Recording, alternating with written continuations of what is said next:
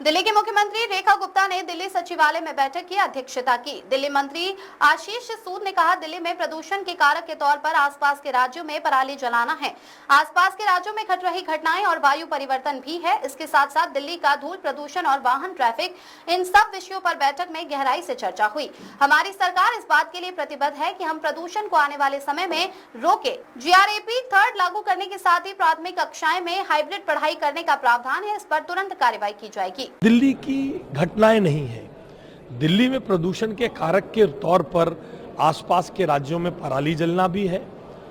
दिल्ली के प्रदूषण के कारकों में आसपास के राज्यों में घट रही घटनाएं और वायु परिवर्तन भी है।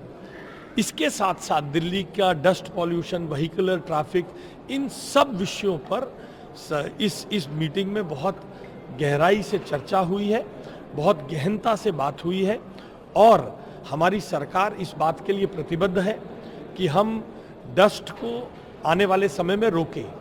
राजनीतिक कारणों से 6 महीने, 8 महीने, 9 महीने पुरानी सरकार पर दोष डालना तो अपने 10 साल के कुशासन को पर्दा डालने का है।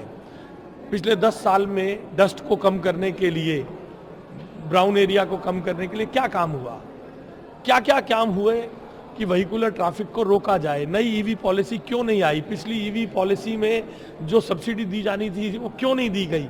इन सब विषयों का जवाब देना है। वो आरोप लगाते रहे, हम जवाब देंगे, हम हल निकाल कर लाएंगे।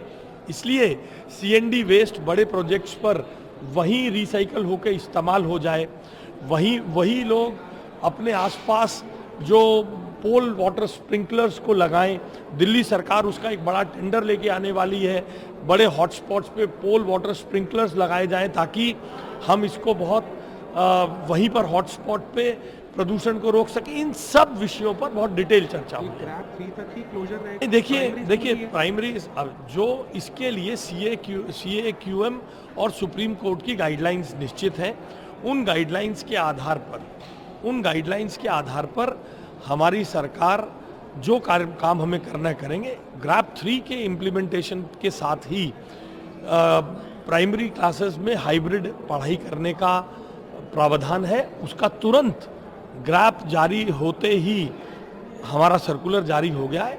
हम इस पर निगाह रखे हुए, तुरंत इस पर कार्रवाई होगी।